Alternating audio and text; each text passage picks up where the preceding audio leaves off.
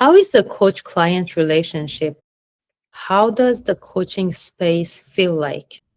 Hi, I'm Jale and I'm a career reinvention coach. I work with mid-career STEM professionals in architecture, engineering, tech, and related fields who are at a point in their career where they feel a sense of stagnation and are considering creating their own career path that is more aligned with their values and interests at this point in their lives. I support them in taking the first steps towards this transition. In the previous episode, I talked about how coaching is different from consulting, mentoring, and therapy. I also talked about when people usually seek support from a coach and how the coaching process helps them overcome their fears and step into their hopeful voices. In this episode, I want to talk about the coach client relationship and the qualities of a coaching space. Let us first look at the coach client relationship. This relationship is best described as a partnership in the service of the client to reach their goals.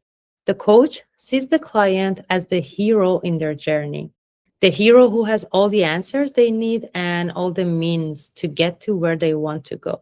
Most of us, in most relationships in our lives, haven't been perceived as a hero. It is quite an empowering experience to be in a space where the other is seeing you as the hero in your journey. To get a sense of how it feels to be perceived as a hero, I would like to invite you to imagine that for a minute. Imagine that you are in the presence of someone who is seeing the best in you, the hero in you, seeing how all the voices in you want the best for you, even though some of those voices might seem in your way for the moment.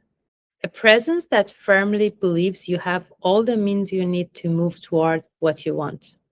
And notice how you feel now after imagining that space. Notice if your heart feels warmer or colder. Notice if your breathing has changed at all. For me, when I have received coaching from coaches, their ability to see the hero in me has enabled me to see the hero inside me as well, and to start believing in it more and more.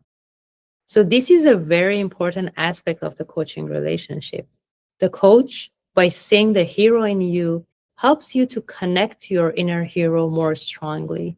This is how clients start to tap into their best version, their highest potential. In that sense, the coaching space is a sacred space, a space for transformation. What are some other qualities of a coaching space? The coach does their best to create and hold a safe and non-judgmental space. In the last episode, I talked about how we all carry both hopeful voices and fearful voices in us. Both of these voices are welcome in the coaching sessions and they are viewed and held non-judgmentally. Both of these voices need to be heard with compassion, especially the fearful voices, because they do have good intentions for us too.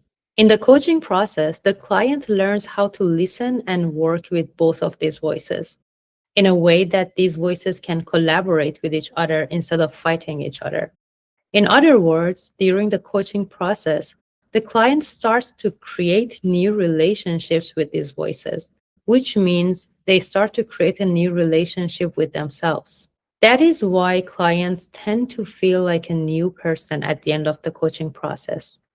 They feel they have more compassion for themselves, more understanding of their inner world, more trust in themselves, and that they have the tools to work with their inner voices to take the necessary steps toward their goals. I'll give you an example to make things more tangible. One very common fear most of us share is the fear of failure, especially when we want to start something new. For instance, starting a new Instagram page to share about our dog. The hopeful voices in us say, yay, it will be great and fun.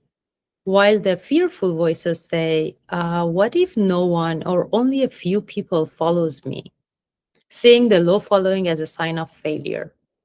The voice of fear can get so loud that we decide not to start the page altogether. Does this example resonate with you? If so, I'd like you to reflect on your relationship with the voice within you that fears failure. Do you hate this voice? Do you love it? Most people have a resentful relationship with their fearful voices. In a coaching session, we would look at what this voice wants to protect us from. Usually, the fear of failure wants to protect us from experiencing hardship or shame. Hardship or shame that may come as a result of perceived failure. That is the good intention of this fear. It wants to keep us comfortable and safe. Those are the things the voice actually wants for us. Knowing the good intention of this fear, we can now have more compassion for this fear when it shows up instead of resenting it. Knowing the intention and wisdom of this voice, we can also look at how we can ensure safety and comfort for ourselves while we honor the hopeful voice as well. The fearful voice gets quieter when it knows we are actively thinking about safety and comfort. It feels heard, relieved, and can take a backseat. This is just one example of how the non judgmental coaching space helps the client build a new relationship with themselves. Developing this kind of understanding of the inner world and extending compassion to different inner voices leads the client to be their best ally, someone they can rely on and trust. With that in mind, here's the essence of today's episode. I talked about the coach client relationship and how the coach sees the client as the hero in their journey. I also talked about the qualities of the coaching space: transformational, safe, and non judgmental, all of which support the client in developing more self awareness, self compassion, and self trust, and in tapping into their highest potential. If you enjoyed this episode, then I'd love to support you. This is exactly what I help people with as a career reinvention coach. If you'd like to talk about where you are now, where you want to be, and learn how I can support you, click the link in the description to book a 1 hour complimentary consultation call. Subscribe so you don't miss future episodes, and please share this with anyone who may need it. Thank you.